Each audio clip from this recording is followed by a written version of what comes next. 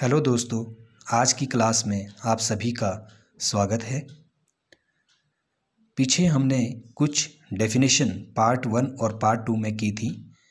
अब जो हमारी पार्ट 3 की डेफिनेशंस हैं, इंटीजर्स जिसको हम आई से डिनोट करते हैं, इंटीजर्स को हिंदी में पूर्णांक कहते हैं। Integers, positive integers, negative integers including with zero.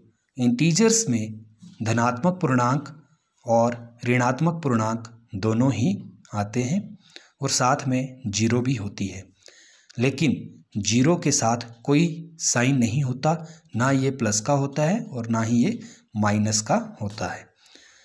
आगे जो हमारी डेफिनेशन है, रैशनल नंबर्स और fractional numbers.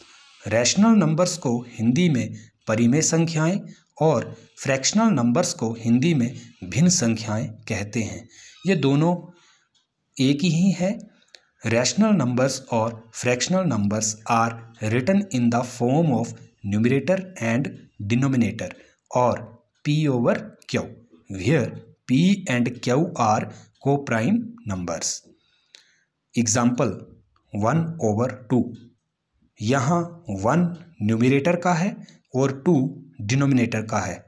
Other examples are -3/5, 3/7, 5। यहाँ अकेला एक 5 भी लिखा है, इसको हम 5/1 के रूप में लिख सकते हैं और 5/1 ये एक रैशनल नंबर बन जाएगा। परिमेय संख्याएं और भिन्न संख्याएं जिन्हें हम अंश वटा हर के रूप में व्यक्त करें, उन्हें हम परिमेय संख्याएं या भिन्न संख्याएं कहते हैं।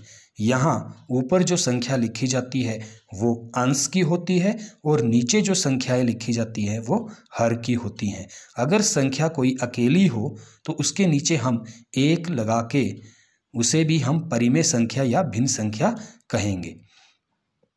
अगली जो डेफिनेशन है, इरैशनल नंबर्स, अपरिमेय संख्याएं। Irrational numbers which are written in the form of square root x. Example, square root 3, square root 5, etc. What? Square root 4 is equal to 2 is not irrational numbers. It is a rational numbers. अपरिमेय संख्याएं जिन्हें हम वर्गमूल x के रूप में व्यक्त करें, उन्हें हम अपरिमेय संख्याएं कहते हैं। मतलब ऐसी संख्याएं जो वर्गमूल के अंदर ही रहें, वर्गमूल से बाहर ना आ सकें। लेकिन अगर कोई संख्या वर्गमूल से बाहर आ जाती है तो वो अपरिमेय न कहला के परिमेय कहलाई जाती है। अगली जो हमारी डेफिनेशन है, रियल नंबर्स, वास्तविक संख्याएं।